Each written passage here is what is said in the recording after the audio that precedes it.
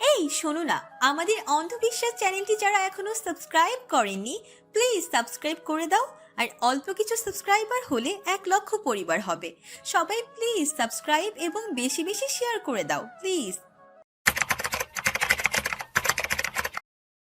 তবে কিছুতেই মিল ছিল না ফুরসত নীলের সঙ্গে প্রত্যেকটা কাজে আঠার মতো লেগে থাকা আয়াজের। এজন্যই হয়নি কোনো বাক্যলাপ। তবে আজ এই সুবর্ণ সুযোগ কিছুতেই হাতছাড়া করলো না নাহা। দ্রুত হাতে থাকা ফোনটা আয়াজের দিকে এগিয়ে দিয়ে সে বলল। ওই যে। আয়াজ মুচকে হেসে গ্রহণ করলো সেটা। ওখানে যেও না বৌমনি, জায়গাটা পিচ্ছিল আর রিস্কিও। দেখছো না রেলিংটা কেমন ভেঙে গিয়েছে। ফারিসার কথায় তিহুর পানি তাকালো সামান্য দূরত্বে উপস্থিত মুন্নিও। তিহু মুচকি হেসে ফারিসার উদ্দেশ্যে বলল। আরে কিছু হবে না, জাস্ট ওয়েট, শুধু ফুলটা নিব। কিন্তু বৌমনি, পড়ে যাওয়ার সম্ভাবনা আছে। আরে না না, কিচ্ছু হবে না। সকলে চিন্তিত দৃষ্টিতে তাকালেও নজর তীক্ষ্ণ মুন্নির। ভ্রু কুঞ্চনপূর্বক কিছু একটা ভাবার চেষ্টায় নিমগ্ন হলো সে। পরক্ষণে তিহুর পানে চেয়ে কুটিল হাসল সে। রাফা নীরা ফারিসার দৃষ্টির অগোচরে ধীরে ধীরে এগিয়ে গেল তিহুর কাছাকাছি। কাল রাতের বৃষ্টিপাতের দরুন স্থানটা পিচ্ছিল হয়ে আছে বেশ। তার উপর নিম্নে হ্রদের প্রবল স্রোতধারার উপর স্থগিত পাহাড়ের ঢালের রেলিংটা ভঙ্গুর প্রায়। সামান্য আঘাতে যেন ভেঙে পড়বে সেটা। পাশে জলজল করছে নোটিশ বোর্ড, ভাঙা পার্শ্ব হতে সাবধান। সেদিকে এক প্রকার পাত্তা না দিয়ে তিহু স্বচ্ছ পানির ধারা দেখতে আর ফুল সংগ্রহে এগিয়ে গেল সেদিকে। হঠাৎই পেছন থেকে কারো তীব্র ধাক্কা অনুভূত হতেই পিচ্ছিলতার দরুন ভয়াবহ স্থানটার দিকে এগিয়ে গেল সে। নিজের ভারসাম্য রক্ষায় আঁকড়ে ধরল ভঙ্গুর রেলিং।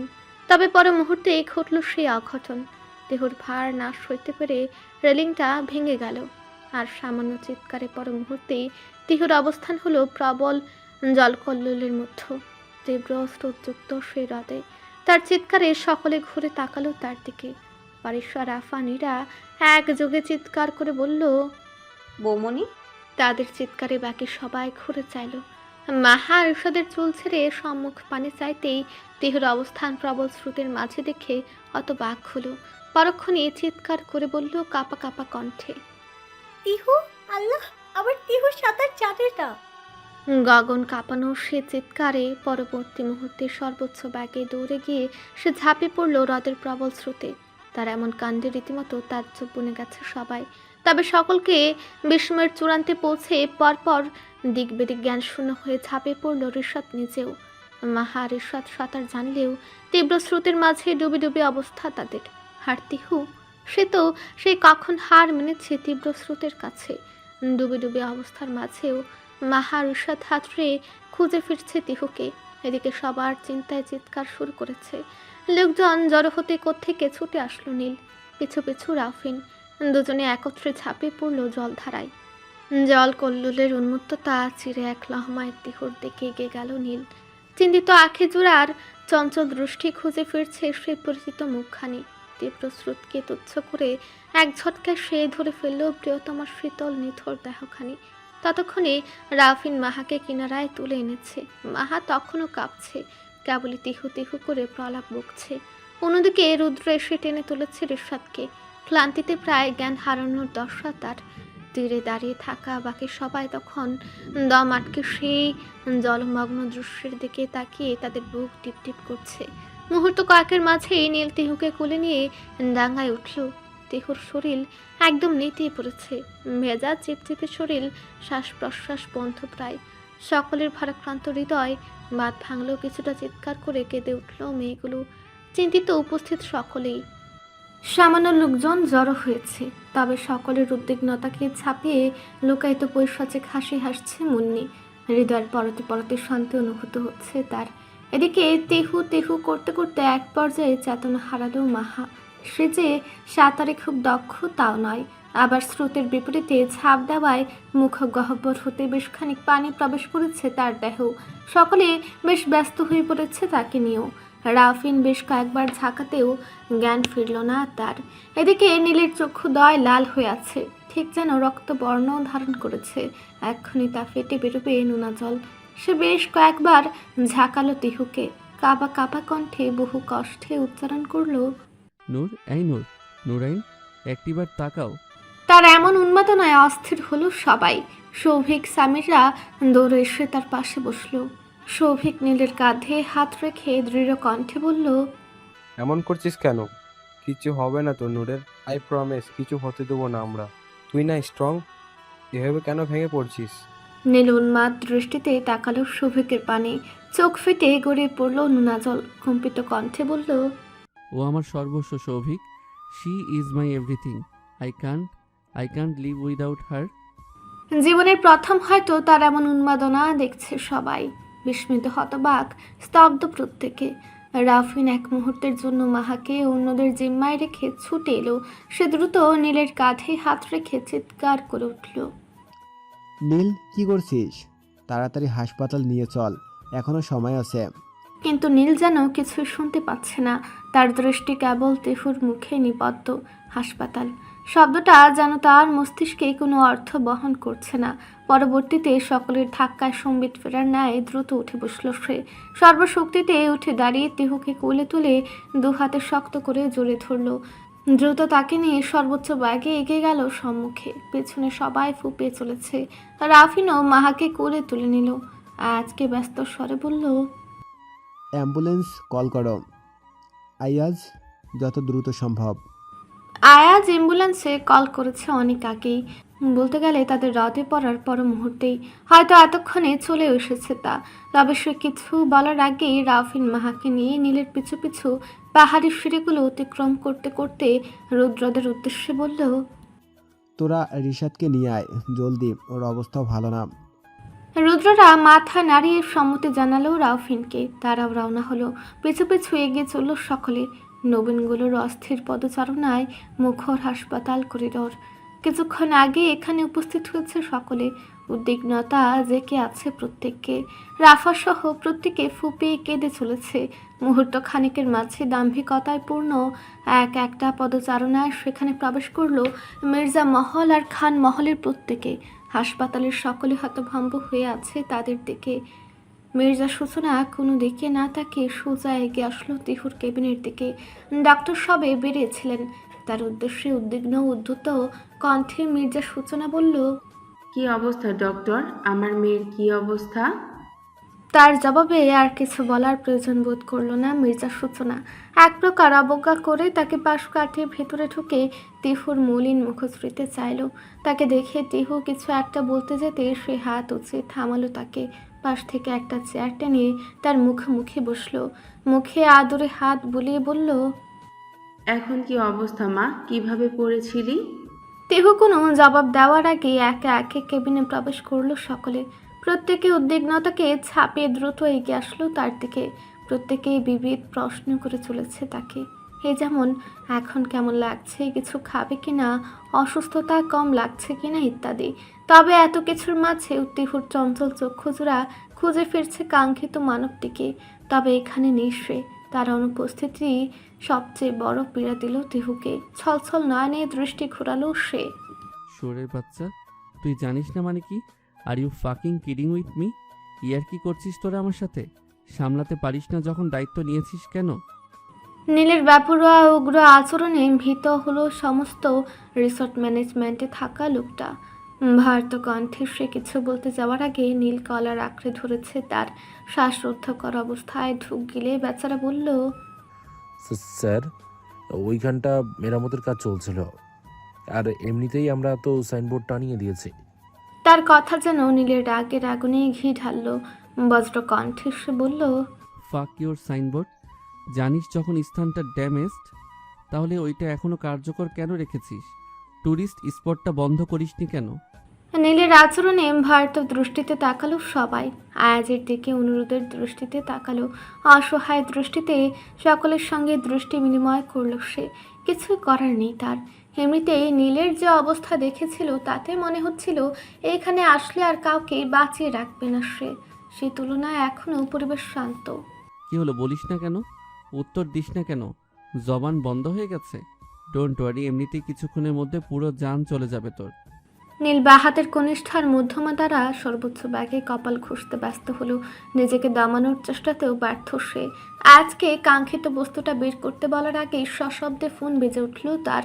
কিছুটা বিরক্ত হয়ে সেদিকে তাকাতেই দেখতে পেল রাফিনের কল। দ্রুত রিসিভ করতেই ভেসে আসলো, কোথায় তুই নীল? দ্রুত আয়, সিস্টারের জ্ঞান ফিরেছে।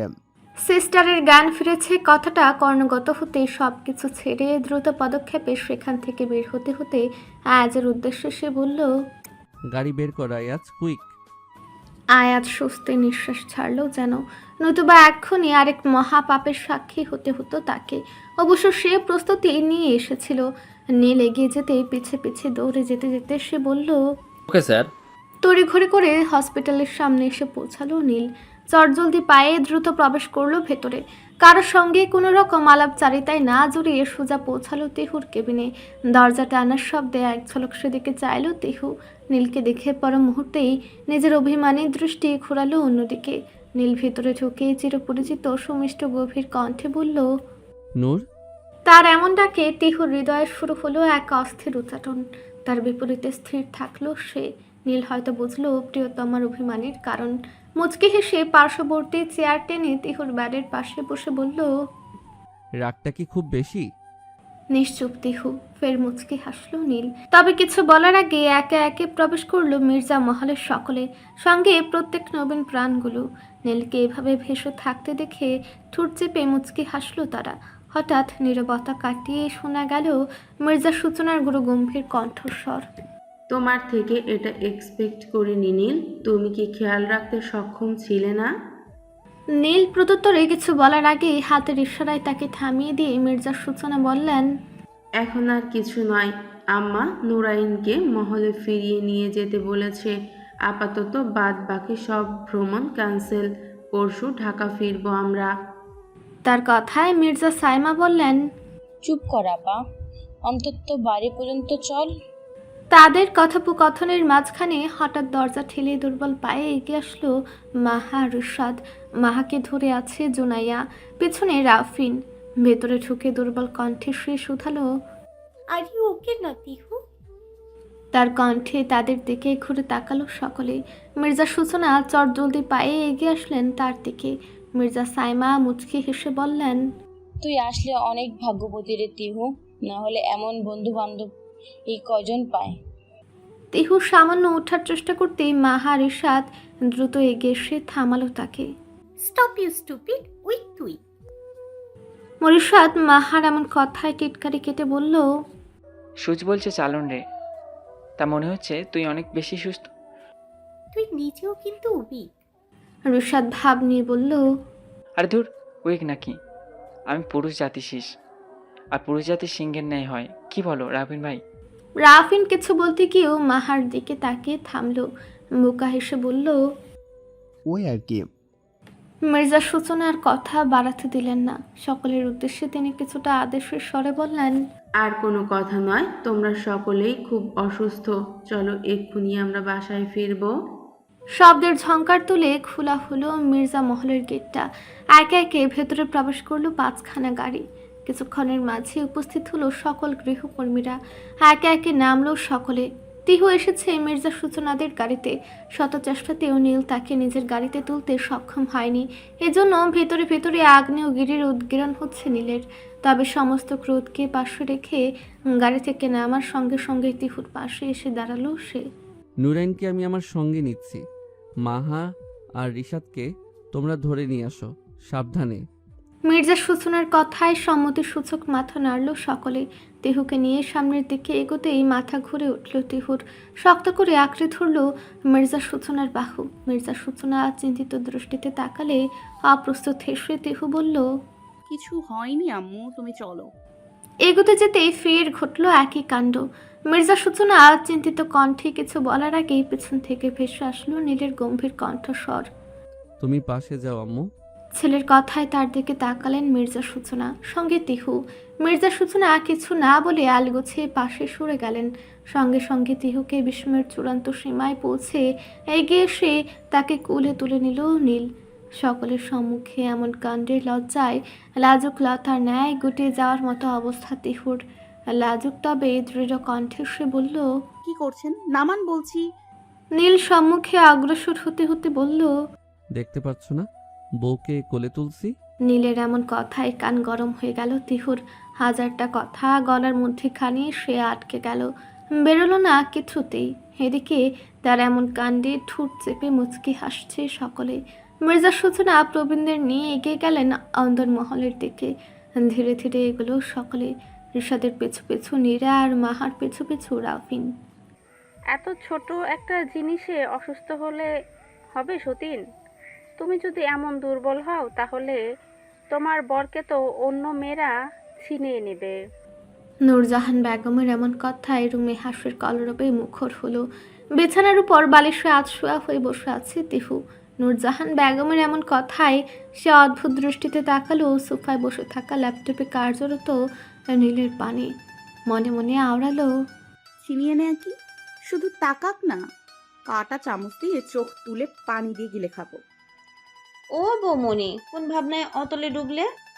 রাফার কণ্ঠে তিহু তার দিকে তাকিয়ে অপ্রস্তুত কণ্ঠে বলল, না, কোথাও না। আচ্ছা, মাহা কই?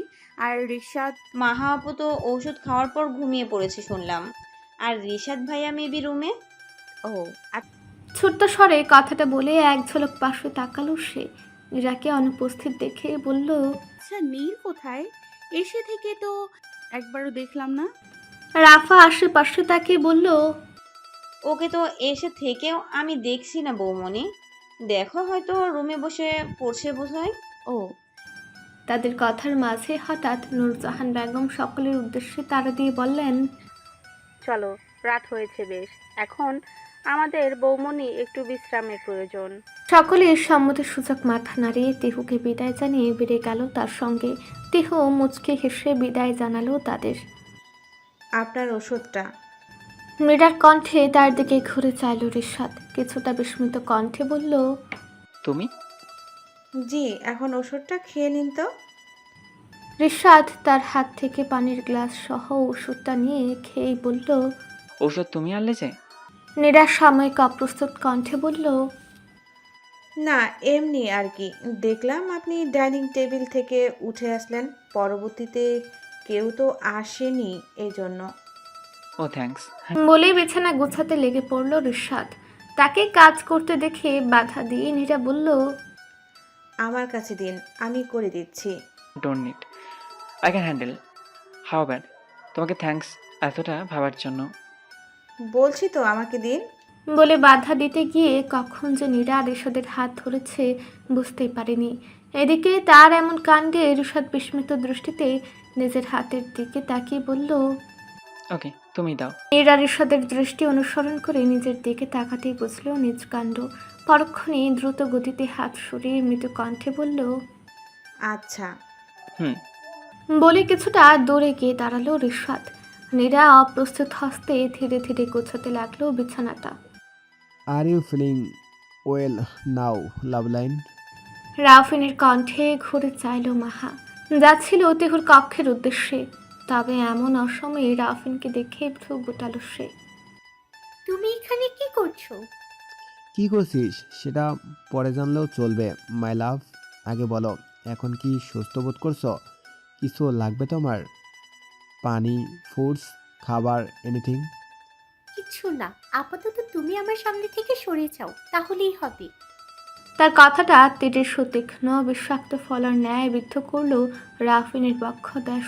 তবু মুখে মিথ্যে হাসির রেখা টেনে নির্লজ্জের ন্যায় এগিয়ে এসে সে বলল, ড্রামা বন্ধ করো রাফিন, বিশ্বাস করো অস্বস্তিকর লাগছে এখন এগুলো আমার।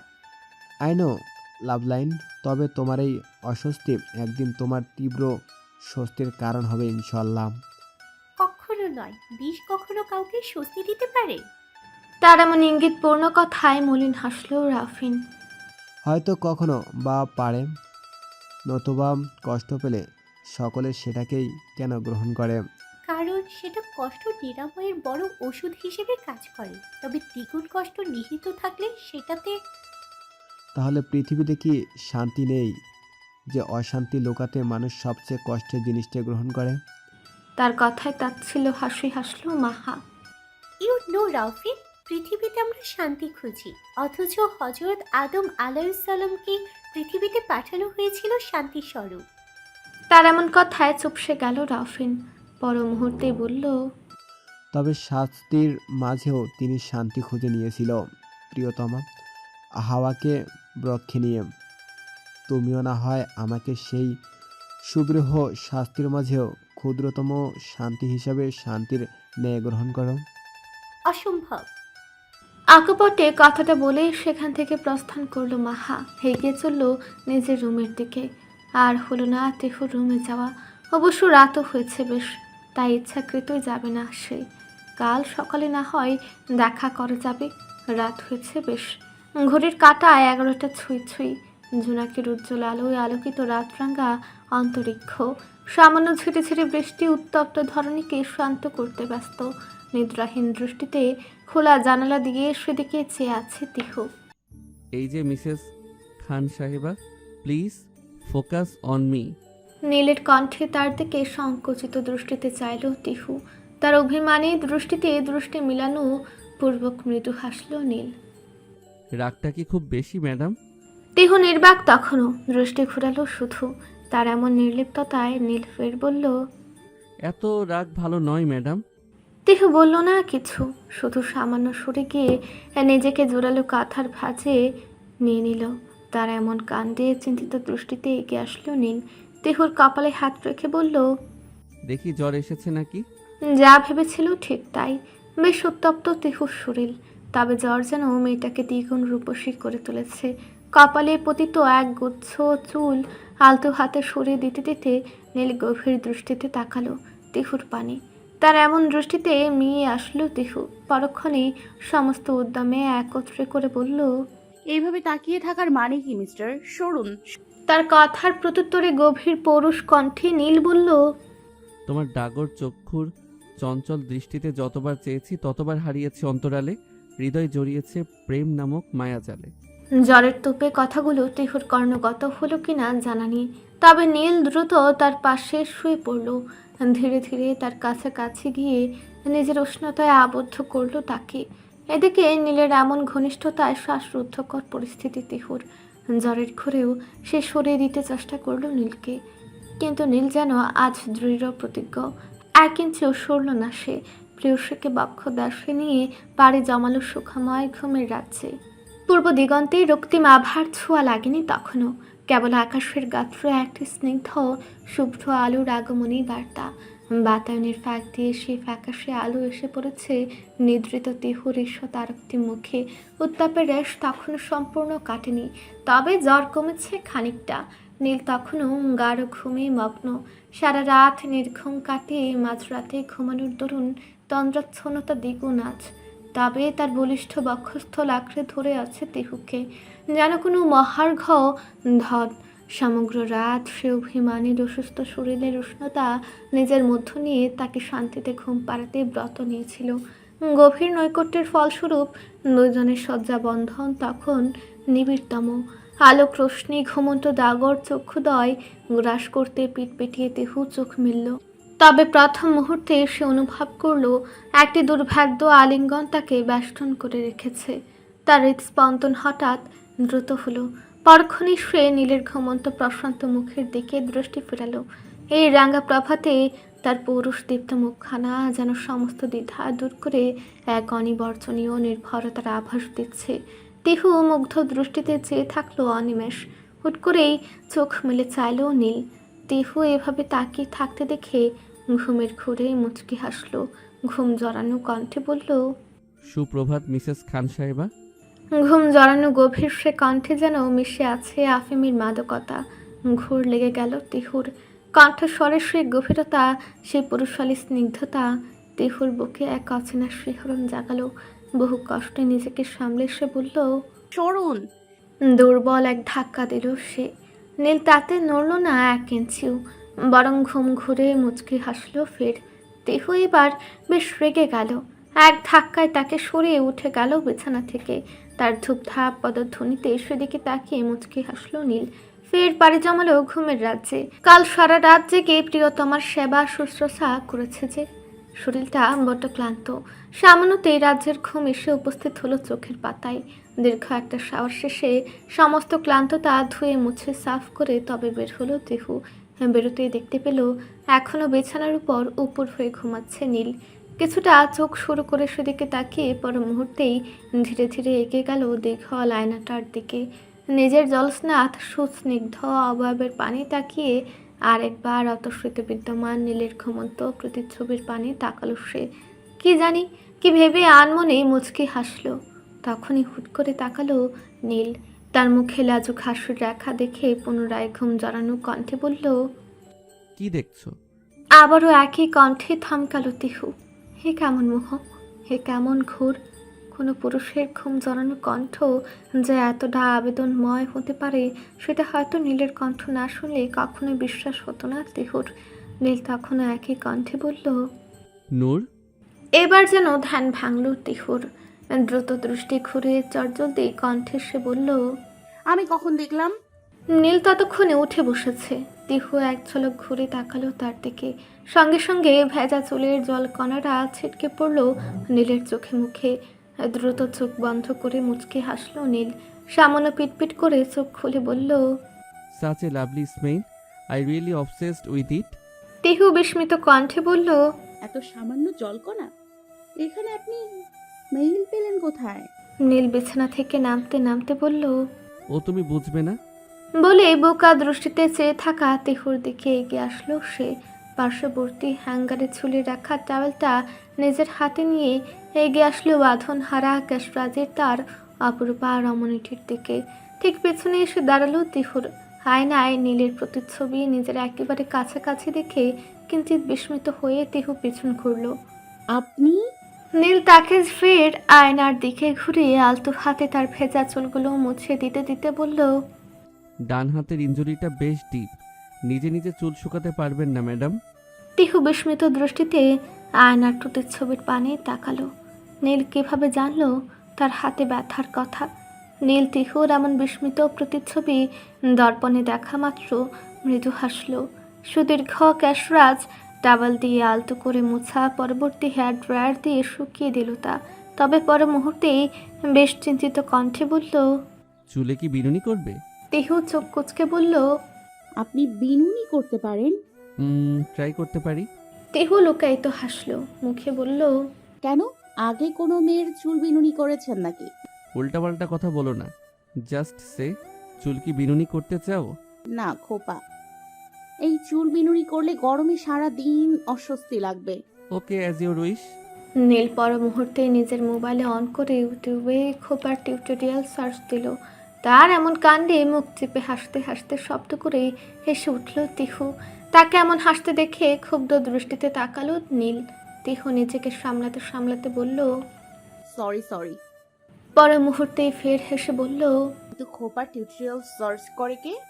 নীল মাথা ঘামালো না তার কথাই, বরং ইউটিউব থেকে মনোযোগ দিয়ে টিউটোরিয়ালটা দেখে ধীরে ধীরে বাড়তে লাগলো তিহুর চুল। কিন্তু বিপত্তি বাঁধলো অন্যথায়। তিহুর হাঁটু ছড়ানো চুলগুলো আয়ত্তে আনতে বেশ ব্যাগ পেতে হলো নীলকে। আয়নায় তার এমন নাজেহাল দশা দেখা মাত্র হেসে চলেছে তিহু। পারবেন না, রেখে দিন। সবকিছু সবাই পারে না। আর যদি পারি? পারবেন না। যদি পারি? তাহলে আপনি যা চাইবেন তাই দিব। নীল বাঁকা হাসলো সামান্য। শিওর? তিহু কিছু না ভেবে বলল, I am always sure. Okay, but mind it, যা চাইবো তাই কিন্তু। মিস্টার, এই নুরাইন হক তিহু কখনো কথার খেলাপ করে না। কে জানে কি ভেবে বাঁকা হাসলো নীল। অবশেষে দীর্ঘ এক প্রচেষ্টা শেষে সুদীর্ঘ সে ক্যাশরাজ অপটু হাতে খোপাবদ্ধ করতে সফল হলো নীল। বিশ্বজয়ীর ন্যায় বিজয়ী হাসল সে। কিন্তু তিহু পড়ল বিপাকে। নীল তার এমন অবস্থা দেখে আয়নায় তার দিকে তাকিয়ে বলল, সো মিস নুরাইন হক তিহু ওরফে মিসেস খান সাহেবা, are you ready to fulfil your commitment? Tihu ভেতরে ভেতরে ঘাবড়ে গেলেও বাইরে তার লাশ মাত্র প্রকাশ করল না। কি চান আপনি? খাদে নামানো কণ্ঠে নীল বলল, যদি বলি তোমাকে। মানে? অদ্ভুত এক দৃষ্টিতে তাকালো তিহু। তার এমন দৃষ্টিতে শব্দ করে হেসে উঠল নীল। আলতো হাতে তিহুর নেকলেসটা ঠিক মতো পরিয়ে দিয়ে প্রস্থান করলো ওয়াশরুমের দিকে। সে চলে যেতেই তিহু তার প্রস্থান পথের দিকে চেয়ে বলল, ইউ নো মিস্টার গিটারিস্ট, আমি অনেক আগেই আপনার হয়ে গিয়েছি। এখন শুধু আপনি সেটা বুঝে নিন, অধিকার দেখান, ছিনিয়ে নিন, যত সময় লাগে লাগিয়ে নিন। তবে বুঝতে আপনাকে হবে, আপনার খান সাহেবা ভালোবেসে নিঃস্ব হলেও কখনো স্বীকার করবে না, তা আপনাকেই বুঝে নিতে হবে। I want to back BD আম্মু। বহুদিন পর ছেলের মুখে বহুল প্রতীক্ষিত কথাটা শুনে গলা ধরে আসলো আদ্রিতা আনমের। স্পষ্ট কর্ণগত হওয়া কথাগুলো ভ্রান্তির ন্যায় লাগলো তার। ভেজা কণ্ঠে ফের শুধালো, সত্যি বলছিস বাবা? সত্যি ফিরবি তুই? মায়ের কান্না জড়িত কণ্ঠে আরহাম তাকে শান্ত করতে বলল, রিল্যাক্স আম্মু, আমি খুব দ্রুতই ফিরছি, হয়তো এই সপ্তাহেই। খুশি ধরে রাখতে পারলেন না আদ্রিতা আনম। আনন্দ অশ্রুতে চোখ বেয়ে জলের ফোয়ারা নামলো তার। তার 18 বছরের নিতান্তই নাবালক ছেলেটি, সে যে বিদেশে গিয়েছিল, আজ প্রায় 10 বছর পর একজন সফল ডাক্তার হয়ে দেশে ফিরছে সে। খুশিতে আনন্দের জোয়ার বইছে রন্ধ্রে রন্ধ্রে তার। চলে আয় বাবা, যত দ্রুত পারিস আয়। তোর মায়ের শূন্য কোলটা বহুদিন খা খা করছে। আনন্দের বন্যায় সজীব কর সেটা। আরহাম হাতে থাকা তিহুর ছবির পানে দৃষ্টি নিবদ্ধ করে বলল, ফিরবো আম্মু, ইনশাল্লাহ এই সপ্তাহে ফিরবো। তুমি শুধু তোমার ছেলের সুখকে তার কাছে আনার ব্যবস্থা করো। তুই আয় বাবা, সমস্ত ব্যবস্থা করে রাখবো আমি। তোর সুখ, তোর তোতা পাখি শুধু তোরই হবে ইনশাল্লাহ। আরহাম মৃদু হাসল। এই গোটা ধরনীতে একটাই মানুষ যে কিনা সবচেয়ে ভালো বুঝে তাকে, তার তোতা পাখির সম্বন্ধে জানে, তার তোতা পাখিকে তার কাছে আনার ক্ষমতা রাখে। দীর্ঘ সময়ের বাক্যলাপ শেষে ফোন রাখলো সে।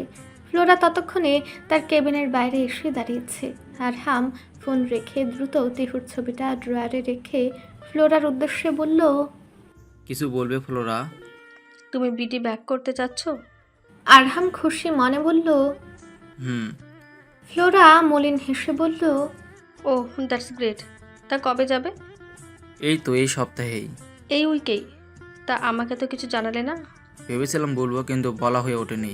ও। দীর্ঘক্ষণের পিনপত নীরবতা। হঠাৎ ফ্লোরা বলল, আমাকে সাথে নেবে? আরহাম বিস্মিত দৃষ্টিজোড়া তার দিকে স্থির করে ভ্রু কুঞ্চনপূর্বক বলল, মানে? I want to see your love bird Bangladesh also. Arham কিছু একটা ভাবল, পরক্ষণেই সম্মতিসূচক মাথা নাড়িয়ে বলল, ওকে, যেও না হয়। আমি এবার গিয়েই আমার তোতাকে আপন করছি। অ্যাজ মাই ক্লোজ ফ্রেন্ড, তোমার সেখানে উপস্থিত থাকা সবচেয়ে বেশি প্রয়োজন। ওকে, তাহলে আমি লাগেজপত্র গোছানো শুরু করি। Of course, what not. ফ্লোরা মলিন হেসে স্থান ত্যাগ করল। আরহাম তার প্রস্থান পানে চেয়ে মুচকি হাসল শুধু। হোয়াটসঅ্যাপ মিস চুন্নি, আমাকে ধাক্কা দিয়ে লাভ হলো না তো? কিভাবে হবে বলো? নীল ছিল না? তার এমন কথা আর আগের আগুনে ঘি ঢালার ন্যায় কাজ করলো মুন্নির। তবে তাতে তিহুর কি? সে তো মুন্নিকে জ্বালাতে কথাটা বলেছে। মুন্নি যে ধাক্কাটা মেরেছিল তা শতভাগের নিশ্চিত তিহু, কেননা তখন তার পাশে একমাত্র মুন্নি ছিল। এদিকে তার কথায় ক্ষুব্ধ দৃষ্টিতে তার দিকে তাকালো মুন্নি। দোতলার করিডর পেরিয়ে নিচের দিকে যাচ্ছিল সে। হুট করেই মাঝ পথে তিহুর এমন কথায় থামলো তার পদচারণা। তাকে কিছু বলতে যাওয়ার আগেই তিহু ফের বলল, তুমি রিসোর্ট ম্যানেজমেন্টের লোকটার ব্যাপারে শুনছো তো, তাই না? না শুনলেও বলি, নীল তার পাকোড়া বানিয়ে দিয়ে এসছে। আর রইল বাকি তোমার কথা, ও এখনো তোমার সম্পর্কে অবগত নয়। আর আমি জানাতেও চাচ্ছি না, জানো, চলতি পথে এমন দু একটা কাটা সবার বাঁধে। তাই বলে রাস্তায় কুকুর আমায় কামড়ালে কুকুরকেও কি আমি কামড় দিব নাকি? কুকুরের কাছে কামড় দেয় আর নাগিনীর কাজ ফোসফোস করা। তাই বলে আমি তো আর তাদের ক্যারেক্টারে যেতে পারি না। নতুবা যেখানে নীল কোনো দোষ না থাকা সত্ত্বেও জাস্ট ফর মি ম্যানেজমেন্টের লোকটার অমন অবস্থা করতে পারে, সেখানে আসল কালপিট কে হতে পারে, ও কি করতে পারে, সেটা হয়তো তোমাকে আর বোঝাতে হবে না। তার প্রত্যুত্তরে মুন্নি কিছু বলার আগেই সেখানে উপস্থিত হয় জুনাইয়া। আরে নুরাইন, তুমি এখানে? এখন কি সুস্থ বোধ করছো? জুনাইয়ার উপস্থিতিতে কথাটা চাপা পড়ল। তিহু মুনিকে এক প্রকার অবজ্ঞা করে পাশ কাটিয়ে জুনাইয়ার সঙ্গে চলে যেতে যেতে বলল, আপু। হাজারো আলাপচারিতার স্বার্থে স্বার্থে স্থান ত্যাগ করলো দুজনে। তবে তিহুর দিকে ক্ষুব্ধ দৃষ্টিতে তখনও চেয়ে আছে মুন্নি। ক্রূর হাসি হেসে সে বলল, প্রথমবার সফল হয়নি তাতে কি, জীবনের শেষ নিঃশ্বাস পর্যন্ত তোমাকে শেষ করার প্রচেষ্টা চালাবো আমি। একদিন না একদিন তো সফল হবই। সময়টা দুপুর, তপ্ত রৌদ্রকিরণে আবৃত ধরণী। খাওয়া দাওয়া শেষে মির্জা মহলের বৃহৎ ড্রয়িং রুম যেন পরিণত হয়েছে ছোটখাটো আলোচনা সভায়। কালকেই খান মহলের সকলে ঢাকা ফিরবে। মাস দুয়েক পরে নির্বাচন হওয়ায় বেশ চাপে আছেন এমপি ওয়ালিদ খান। তাই তাড়াহুড়োই এমন ফেরার প্রস্তুতি। আর এসব ব্যাপার নিয়ে চলছে আলোচনা। মহলের প্রত্যেকটা পুরুষ উপস্থিত সেখানে। বাড়ির কর্ত্রীরা রান্নাঘরের কাজে নিয়োজিত। মাঝে মাঝে গৃহ পরিচারিকারা বিভিন্ন খাবার সরবরাহ করছে আলোচনার মাঝেই। সেখান থেকে কিছুটা দূরে ল্যাপটপে কাজ করছে নীল। পাশে মূর্তির ন্যায় বসে আছে আয়াজ। আর নীলের বিভিন্ন কথার জবাবে যান্ত্রিক বস্তুর ন্যায় মাথা নাড়ছে মাঝে মাঝে। তিহু সবে নূরজাহান বেগমের রুম থেকে বেরিয়েছে। হস্তজোড়া শোভিত স্বর্ণের পুরো পালাই, নাসাপুটে দৃশ্যমান নক্ষত্রের ন্যায় একখানা হীরের নুলক। করিডর বেয়ে কাঙ্ক্ষিত রুমের দিকে যাচ্ছিল সে। হুট করেই সে দেখতে পায় করিডরের রেলিং আঁকড়ে নিচে ঝুঁকে উকি মারছে নাহা। তাকে দেখে কিঞ্চিত বিস্মিত হয় তিহু। তৎক্ষণাৎ কিছু না বলে নিঃশব্দে অগোচরে লুকায়িত পায়ে সে এসে দাঁড়ায় নাহার পেছনে। তার দৃষ্টি অনুসরণপূর্বক তাকায় নিম্নপানে। সেখানে উপস্থিত নীল আর আয়াজ। তবে নাহার দৃষ্টি আয়াজেতে স্থির। মুগ্ধতার এক মহাসমুদ্রে অবগোহন করছে সে। অন্তত পক্ষে দৃষ্টিটাও তাই বলছে। তিহু কিছুক্ষণ নীরব থেকে ব্যাপারটা বোঝার চেষ্টা করলো। বোঝা মাত্রই হালকা কেসে বলল, কি হচ্ছে ননদিনী? সামথিং সামথিং নাকি? তিহুর কথায় ধ্যান ভাঙলো নাহার। মুগ্ধ দৃষ্টিতে হঠাৎ মিশল লজ্জার আভা। হতচকিত কণ্ঠে সে বলল, বৌমনি তুমি? আমি। তা লুকিয়ে লুকিয়ে কাকে দেখা হচ্ছিল শুনি? নাহা অপ্রস্তুত হয়ে পড়ল। তাকে এমন বিভ্রান্ত হতে দেখে তিহু অভয় দিয়ে বলল, তোমার মনে যদি আইয়াজ ভাইয়াকে নিয়ে কিছু থাকে তাহলে without any hesitation you can tell me. I promise আমি কাউকে কিছু বলবো না। তিহুর কথাগুলোতে নাহা ভরসা পেল যেন। স্বস্তির নিঃশ্বাস ছাড়ল সে। মনে জমিয়ে রাখা কথাগুলো এখন অন্তত কারো কাছে শেয়ার করা যাবে। বড় বিশ্বাস করে সে তিহুকে একে একে খুলে বলল সবটা। সব শুনে তিহু এক প্রকার স্থির হয়ে গেছে। ঠোঁট উল্টে বাহবার স্বরে সে বলল, বাবা what a love story. Just ফোনে কথা বলতে দেখি ক্রাশ। ওএমজি। তার কথায় লাজুক হাসলো নাহা। আর তার কিছুদিন পরে কাকতালীয়ভাবে উনি ভাইয়ের অফিসে জয়েন করেছেন। তাও যেন তেন পোস্টে নয়, একেবারে পিএ হিসেবে। হঠাৎ তাদের কথোপকথনে ছ্যাদ পড়ল মনোয়ারা বেবির ডাকে। দুজনেই ডাক শুনে নিচে যেতে তিহু নাহাকে বলল, by the way I really like your love story. আমারটা তো শুনলে, এবার তোমারটা বলো। আমারটা মানে? এমা কেন, তোমার আর ভাই লাভ স্টোরি? মুহূর্ত কয়েকের জন্য পা থামল তিহুর। তাদের আবার কোনো লাভ স্টোরি আছে নাকি? তাকে এমন থামতে দেখে নাহা হেসে বলল, ডোন্ট ওয়ারি, পরে একদিন শুনবো না হয়, আজ থাক। নাহা নেমে গেল সিঁড়ি বেয়ে। তিহু ক্ষণিকের জন্য স্বস্তির নিঃশ্বাস ছাড়লেও পর মুহূর্তে উদ্বিগ্ন হলো পরবর্তীতে কি বলবে ভেবে। সময়টা বিকেলের কিছুটা পর। সন্ধ্যা হতে চলেছে প্রায়। কোলাহলপূর্ণ মির্জা মহলের আঙ্গিনা কিছুটা নিশ্চুপ। সবাই ব্যস্ত যে যার কক্ষে। কাল ফেরার প্রস্তুতি চলছে। তিহু মনোয়ারা বিবির ঘর থেকে মাত্র বেরোলো। করিডর পেরিয়ে কাঙ্ক্ষিত রুমের দিকে যাচ্ছিল সে। খোপাবদ্ধ চুলগুলো সামান্য বাঁধন হারা। কপালের উপর অবাধ্য প্রেমিকের ন্যায় খেলা করছে একগুচ্ছ ক্যাশরাজ। কারো উপস্থিতি বুঝতে এক ঝলক তার পাশে তাকালো সে। সঙ্গে সঙ্গে নজরবিদ্ধ হলো পার্শ্ববর্তী দেয়ালে বিদ্যমান আতসীর মাঝে থাকা নিজের এলোমেলো চুলের মুখশ্রীতে। হাত দিয়ে চুলগুলো ঠিক করতে গিয়ে অন্যরকম একটা ভালো লাগা কাজ করলো তার। মনে পড়ে গেল সকালের কথাগুলো। নীলের সুদর্শন মুখশ্রী নিজের চোখের পাতায় ভেসে উঠতেই এক মুচকি হাসির রেখা খেলে গেল তার গোলাপি অধর জুড়ে। কি জানি কি ভেবে আর মনে সে পলক ঝাপটে হাতের চুরির রিনিঝিনি শব্দ তুলে গেয়ে উঠল, তুই চুল করে দে এলো মেলো, ভেঙে দে না চুড়ি, তোর প্রেমে এখন আমি সুতো কাটা ঘড়ি। তার গানের কলিটা হাওয়ায় মিলাতেই হুট করে পেছন থেকে ভেসে আসলো অনেকগুলো কণ্ঠের একযোগ স্বর। ও পেছনে ঘোরা মাত্রই তিহু দেখতে পেল পেছনে মুখে হাত দিয়ে অদ্ভুত ভঙ্গিমায় তাকিয়ে দাঁড়িয়ে আছে সবগুলো নবীন প্রাণ। মাঝখানে উপস্থিত নীল। তাদের সবাইকে দেখে বেশ অপ্রস্তুত অপ্রতিভ হয়ে উঠল তিহু।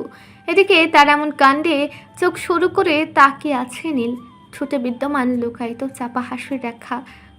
অন্যদিকে সকলে একে অন্যের দিকে দৃষ্টি বিনিময় করে একযোগে তাকে ভেঙে চিৎকার করে বলল, তোর প্রেমে এখন আমি সুতো কাটা খুঁড়ি।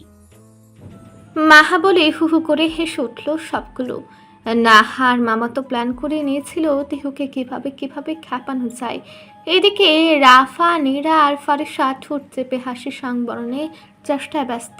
এত সব কাণ্ডের মাঝে অপ্রস্তুত হয়ে উঠেছে তিহু। তবে এ যাত্রায় তাকে বাঁচিয়ে দিয়ে নীল সকলকে পাশ কাটে রুমের দিকে যেতে যেতে বলল, রুমে আসো নূর, কুইক। তিহু আর কিছু না ভেবে কোনো দিকে না চেয়ে পেছু নিল নীলের।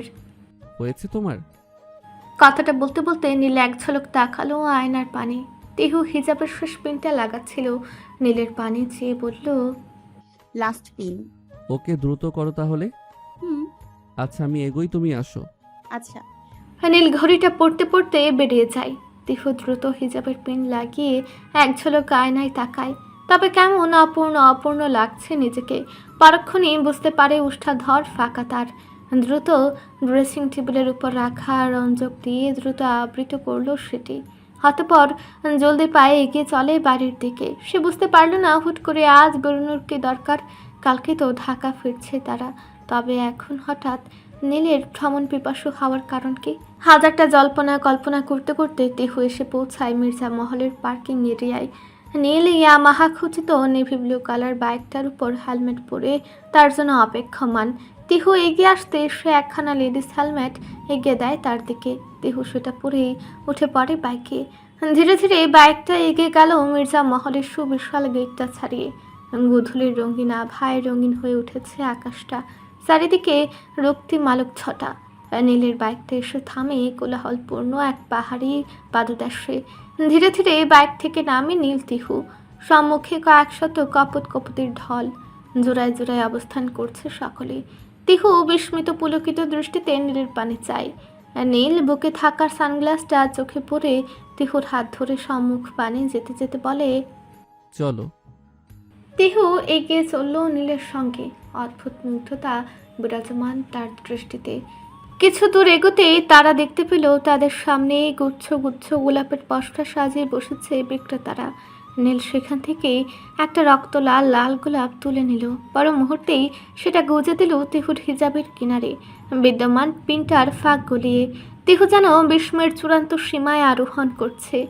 গোধূলি আলোর মাঝে নীলের নীল চক্ষুর পানে চেয়ে তার মনে পড়ে যাচ্ছে রবীন্দ্রনাথের সে বিখ্যাত পঙ্ক্তিটি। চিৎকার করে বলতে ইচ্ছে করছে নিজের মতো করে, প্রহর শেষে আলোয় রঙা আজ জ্যৈষ্ঠ মাস, আপনার চোখে দেখেছিলাম আমার সর্বনাশ। তবে তার কথাগুলো যেন বদ্ধ হলো হৃদয়ের মনি কোথায়। টাকা পরিশোধ করে নীল তাকে নিয়ে এগিয়ে গেল সম্মুখে। সামনেই বাহারি কানের দুলের পসরা সাজিয়েছে একটা স্টল। নানা রঙা পাথরের স্বচ্ছ আলোক রোশনি প্রতিফলিত হচ্ছে, তৈরি করছে অদ্ভুত মোহিত সৌন্দর্য। তিহু মুগ্ধ দৃষ্টিতে তাকালো সেদিকে। নীল হয়তোবা দেখলো তার প্রিয়তমার মুগ্ধ দৃষ্টি। তিহুকে নিজের শক্ত পৌরুষিক বন্ধনে আবদ্ধ করেই সে এগিয়ে গেল দুলগুলোর দিকে। পাথরে দুলগুলো বাহারি, কোনটা ছেড়ে কোনটা নেবে তাতে বিভ্রান্ত হয়ে পড়েছে তিহু। ইচ্ছা করছে সবগুলোই নিয়ে নিতে। এদিকে তিহুর মুগ্ধ দৃষ্টিতে অনিমেষ চেয়ে আছে নীল। হঠাৎই সে কর্মচারীটির উদ্দেশ্যে বলল, দুলগুলো সব প্যাকেট করার ব্যবস্থা করো। ছেলেটি বিস্মিত হলো বেশ। দুলগুলোর দিকে চেয়ে বলল, ভাই এখানে তো দুলের সংখ্যা অনেক, সব দিব। কতগুলো আছে? প্রায় 22 জোড়া। প্যাক করে দাও। ছেলেটির সঙ্গে বিস্মিত হলো উপস্থিত সকলেই। তবে নীল সেদিকে পাত্তা না দিয়ে সমস্ত বিল পরিশোধ করে তিহুকে নিয়ে সামনের ফুচকার স্টলটার দিকে এগিয়ে যেতে যেতে বলল, কিছুক্ষণ পর আমার হয়ে একটা ছেলে এসে সবগুলো নিয়ে যাবে। ছেলেটি বিস্মিত না নিচে সম্মতিসূচক মাথা নাড়ল শুধু। আপনি কি পাগল? অতগুলো দুল কেন কেনে? আমি কিনি। এখন বেশি কথা না বলে ফুচকাগুলো শেষ করো। তিহু নাক কুচকে তাকালো ফুচকাগুলোর দিকে। সেগুলো লোভনীয় লাগলেও আপাতত বিরক্তির কারণ হচ্ছে তিহুর। কিছু না ভেবেই দৃষ্টি অন্যদিকে সরে এসে বলল, খাবো না আমি। Are you sure? ওকে। অতঃপর সে পাশের একটা ছেলের দিকে তাকিয়ে বলল, এই এটা নিয়ে যাও তো। তিহু দ্রুত তার হাত থেকে ফুচকার প্লেটটা কেড়ে নিতে নিতে বলল, বললেই দিয়ে দেবেন নাকি? মানুষ তো একবার জোর করে নাকি আনরোম্যান্টিক। তিহু এমন কাণ্ডে মুখ চেপে হাসল নীল। তবে পর মুহূর্তেই তার বলা শেষ কথাটা মস্তিষ্ক ধারণ করার সঙ্গে সঙ্গে সে বলল, কি বললে তুমি? আমি আনরোমান্টিক? তা আমি রোমান্টিক হলে নিজেকে সামলানোর গ্যারান্টি দিতে পারবে তো মিসেস নুরাইন ওয়াহাজ খান? সবেই খাওয়া ফুচকাটা গলার মাঝে আটকে গেল তিহুর। ভীষণ লেগে গেল সঙ্গে সঙ্গে। নীল দ্রুত ওপাশ থেকে পানি এনে তাকে খাওয়াতে খাওয়াতে বাঁকা হাসলো খানিক। তিহু বিস্ফোরিত নয়নে তাকালো তার দিকে। তপ্ত রোদ্দুরে আবৃত ধরনী। তবে আজ বাতায়নে নেই কোনো সুখকর বার্তা। যা আছে তা শুধুই এক বিষাদের ছায়া। বিদায়ের মুহূর্তে আকাশ বাতাস ভারী, যেন প্রকৃতিও বুঝতে পারছে হৃদয়ের গভীরে জমে থাকা বিয়োগ ব্যথা। গাড়ির সামনে নীরবে দাঁড়িয়ে আছে সকলে, চোখে মুখে এক অব্যক্ত যন্ত্রণা। এই কয়েকটা দিনের বাঁধন যেন সহস্র বছরের হয়ে উঠেছিল, আর সেই বাঁধন ছেড়ে যাওয়ার কষ্টটা আজ প্রতিটি নিঃশ্বাসে অনুভূত হচ্ছে। অবশেষে অশ্রুপূর্ণ নয়নে একে অপরকে আলিঙ্গন করল সকলে। নূরজাহান বেগম চলাচলে প্রায় অক্ষম হয়ে পড়েছেন, তবু পরিচারিকার সহায়তায় সকলকে বিদায় জানাতে এসেছেন তিনি। একে একে সকলের সঙ্গে কথা সেরে তিহুর কাছে এসে দাঁড়ালেন তিনি। তার ললাটে দীর্ঘ এক চুম্বন এঁকে দিয়ে হেসে বললেন, আর একদম কাঁদবি না। আমরা কি মারা যাচ্ছি নাকি? হ্যাঁ, বিয়ে তো করলি লুকিয়ে চুরিয়ে। আহা গো, কত স্বাদ ছিল। ব্যান্ড পার্টি বাজাইয়া নিজের সতীন আনবো, তা না সবটা বানচাল করে দিল তোরা। সে যাই হোক, সে আশা না হয় পরে পূরণ করা যাবে। তা পরের বার আসার সময় আমার খেলার সাথী সঙ্গে নিয়ে আসবি কিন্তু। প্রথমে তার কথার মর্ম না বুঝলেও বোঝার সঙ্গে সঙ্গেই লজ্জায় রক্তিম হয়ে উঠল তিহুর ফর্সা মুখশ্রী। তার এমন অবস্থায় হেসে উঠলেন উপস্থিত সব মুরব্বী। অতঃপর একে একে সকলের সঙ্গে কথা সেরে বিদায় নিচ্ছে সবাই। গাড়ির দিকে এগিয়ে যেতেই ফারিসা দৌড়ে এসে তিহুকে জড়িয়ে বলল, খুব মিস করব তোমাকে বৌমণি, অনেক মিস করব। তিহুর ডাগর চোখে জল জমেছে, তবু ফারিসাকে সান্ত্বনা দেওয়ার স্বরে বলল, ধুর পাগলি, আমি আবার আসবো। হঠাৎ সে লক্ষ্য করলো ছোট্ট আয়রাত গুটি গুটি পায় ললিপপ মুখে নিয়ে সে দাঁড়িয়েছে তার সামনে। বরাবরই ন্যায় তিহুর ওড়নার আঁচল হাতে পেঁচিয়ে এসে বলল, আয়রাতের কথায় ভেজা না নিয়ে মলিন হেসে তাকে কোলে তুলে নিল তিহু। তার ছোট্ট ললাটে চুম্বন এঁকে দিয়ে বলল, হ্যাঁ বেবি, আমি চলে যাচ্ছি, তবে ডোন্ট ওয়ারি জানো, আমি আবার আসবো। আয়রাত কিছু না বুঝেই মাথা নাড়ল, হাসলো খানিক। একে একে সকলের থেকে বিদায় নিয়ে তিহুরা গাড়িতে উঠল। আগের দিনের ন্যায় প্রবীণারা অন্য গাড়িতে, নবীনগুলো আরেকটাই। তিহু নীল বরাবরের ন্যায় আলাদা গাড়িতে। তবে রাফিন মাহা একই গাড়িতে গেলেও আলাদা নয়, সঙ্গে আছে আরও অনেকে। চাইলে আজকেও মাহার সঙ্গে অন্য গাড়িতে যেতে পারত সে, কিন্তু প্রিয়তমার মন খারাপের দরুন এরূপ যাত্রা।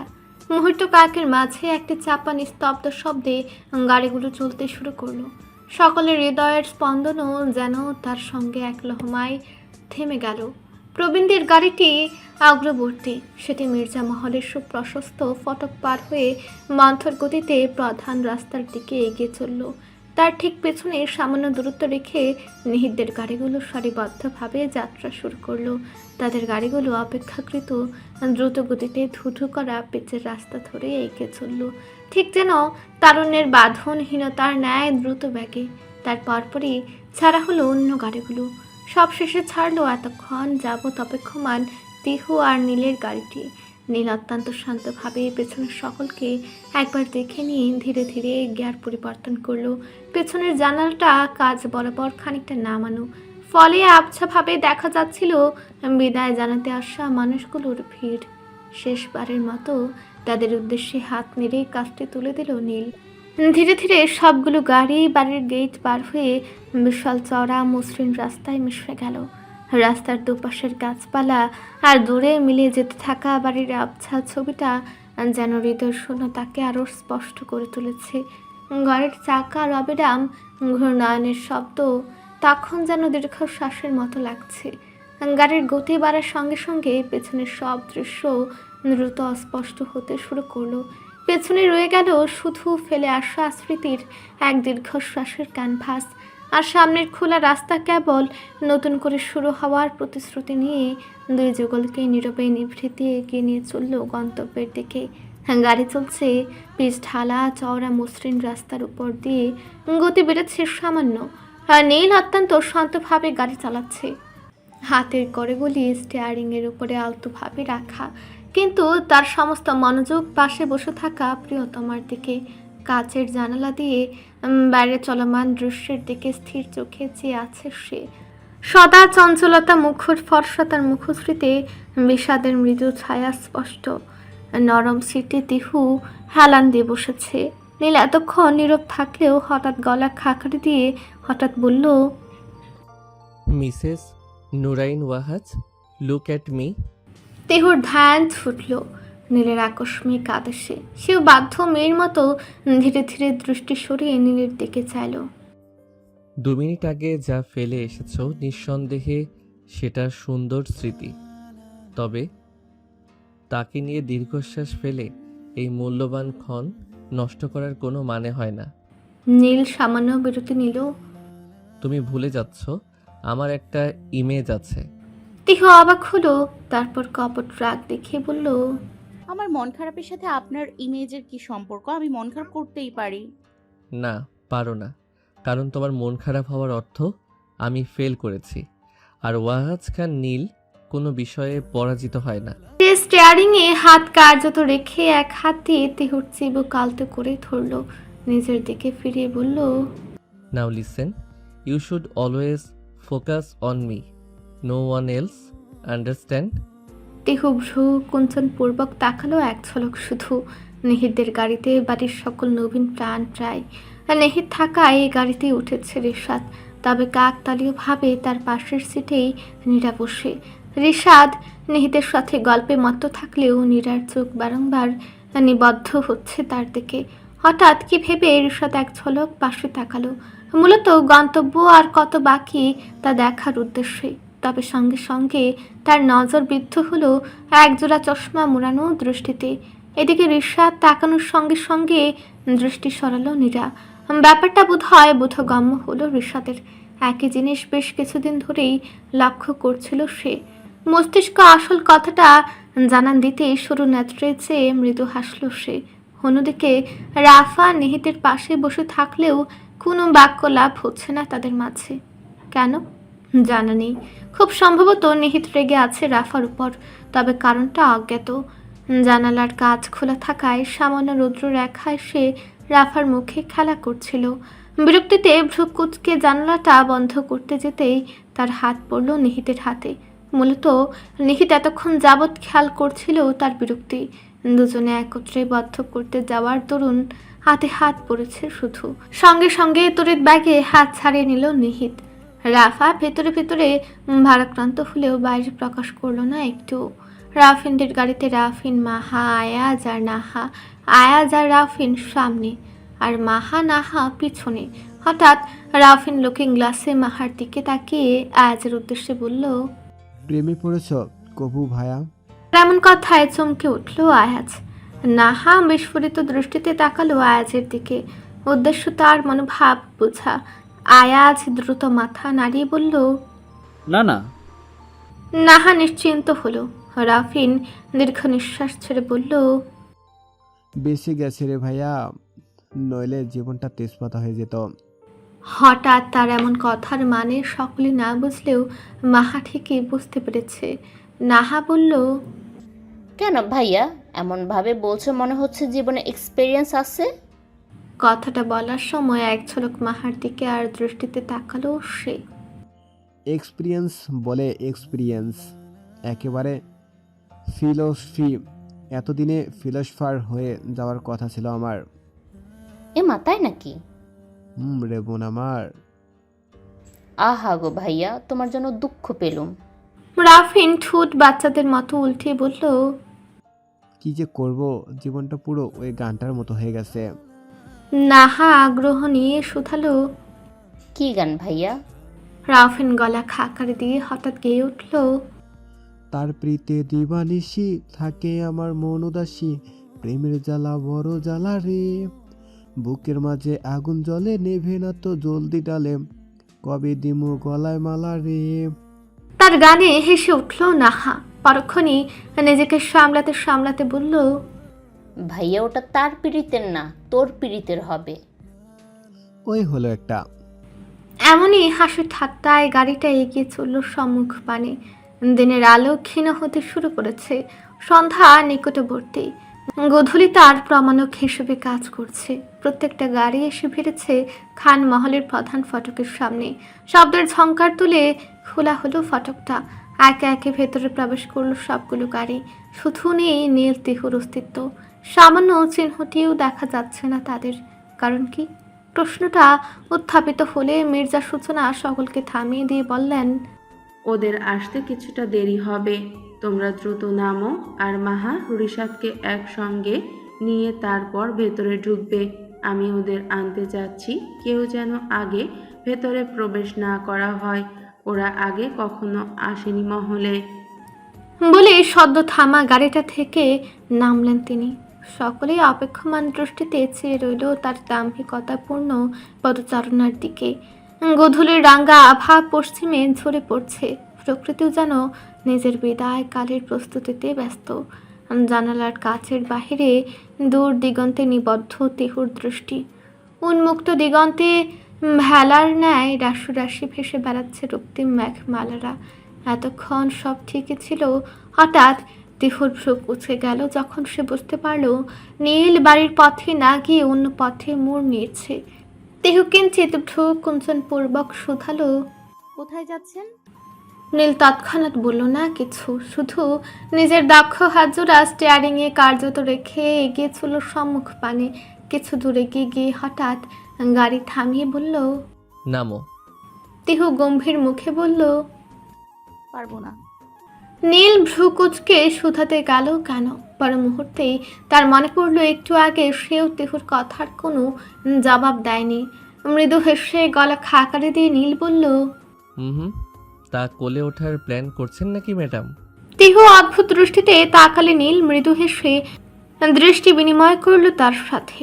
সঙ্গে সঙ্গে দ্রুত গাড়ি থেকে নেমে সম্মুখে এগিয়ে গেল তিহু। নীল বরাবরের ন্যায় পিছু করল তার। মাটিতে লুটোপুটি খাওয়া তিহুর ওড়নার আঁচল অতি যত্নে তুলে নিল হাতে। তা থেকে তিহুর মেলি পারফিউমের তীব্র সুবাস নিতে নিতে এগিয়ে চলল সম্মুখ পানে। কিছু দূর এগোতেই তাদের দেখা হলো নীলের দলীয় কর্মীদের সঙ্গে। ইফা, জাদনা, নারু, সাবির সবাই এখানেই ছিল। তিহুকে দেখে একে একে সালাম টুকলো সবাই। এই একটা সময় যখন তিহু মাত্রাতিরিক্ত অস্বস্তিতে ভোগে। নিজের থেকে বাসে এত বড় লোকজনদের কাছ থেকে ভাবে শুনতে ভালো লাগলেও প্রতিনিয়ত সালাম শুনতে একদম ভালো লাগে না। তবু অভ্যাস তো করতেই হবে, না তার বউ বলে কথা। তারা সবাই তিহুকে সালাম দিয়ে নীলের ইশারায় প্রস্থান করলো। অতঃপর নীল তিহুর হাত ধরে এগিয়ে চলল সম্মুখের দিকে। মৃদু আলোয় সজ্জিত স্থানটা। সন্ধ্যার রক্তিম আকাশের নিচে একজোড়া কপত কপতি রক্তবর্ণ কৃষ্ণচূড়ার ভূ আকৃষ্ট ডালটার নিচে দাঁড়িয়ে। চারিদিকে বিভিন্ন ফুলের সমাহার। মূলত একটা পার্ক এটা, যার কিছু অংশ নীলের মর্জি অনুসারে সজ্জিত হয়েছে। আশেপাশে আরো কিছু কপত কপতির সমাহার। হঠাৎ তিহু বিস্মিত কণ্ঠে শুধালো, হঠাৎ এখানে কেন? নীল তাকে জবাব দেওয়ার পূর্বে দেখতে পেল গাজরার ডালা হাতে একে একে তাদের দিকে এগিয়ে আসছে দুটি বাচ্চা। গাজরাগুলো নীলের কাছে দিয়েই প্রস্থান করলো তারা। তিহু অবাক দৃষ্টিতে তাদের দিকে তাকিয়ে পরক্ষণে নীলের দিকে তাকিয়ে বলল, কি ব্যাপারটা? ব্যাপারটা নিঃসন্দেহে বোধগম্য হয়নি তার, তবে তার প্রত্যুত্তরে কোনো মতামত ব্যক্ত না করেই নীল সন্তর্পণে তার হাতে পরিয়ে দিল বেলি ফুলের গাছড়াটা। তিহু তখনও কপাল কুঁচকে চেয়ে আছে তার হাতের দিকে। গাছড়া পরানো শেষ হতে নীল বলল, আপনার সেদিনের সামান্য অভিযোগের সমাপ্তি ঘটালাম মাননীয়া। তিহু শুরু নেত্রে তাকানো পূর্বক বোঝার চেষ্টা করলো নীলের কথার মানে। পরক্ষণে মস্তিষ্কে ধরা দিল কিছুদিন আগের কথা। তিহু সেভাবেই তাকে বলল, এতদিন পর আজ হঠাৎ, তা এর কারণ জানতে পারি জনাব? Without any reason. তিহু চমকে তাকালো, পরপর মুখ ঝাঁকি বলল, সঙ্গে আর বাঁচি না, এমন একটা ভাব দেখাচ্ছে মনে হচ্ছে আমি যা চাইবো তাই করবে। সে কথাটা ফিসফিসিয়ে বললেও তা কর্ণগোচর হলো না নীলের। সে গভীর কণ্ঠে বলল, বলে দেখতে পারো। তিহু নিরুদ্বেগ ভঙ্গিতে গাছটা পরিহিত হাতের পানি চেয়ে বলল, সেসব না হয় বাদ দিন, কি কি করতে পারবেন আমার জন্য সেটাই না হয় বলুন মিস্টার পলিটিশিয়ান। নীল মৃদু হেসে গভীর পৌরুষ কণ্ঠে গেয়ে উঠল, अब तो ये आलम है तू जान मांगे तो मैं सुख से दे दो। নিয়মিত ভালোবাসার গল্প শুনতে এবং পড়তে আমাদের অন্ধবিশ্বাস চ্যানেলটি সাবস্ক্রাইব করে পাশে থাকা বেল আইকনটি ক্লিক করুন। ধন্যবাদ সবাইকে।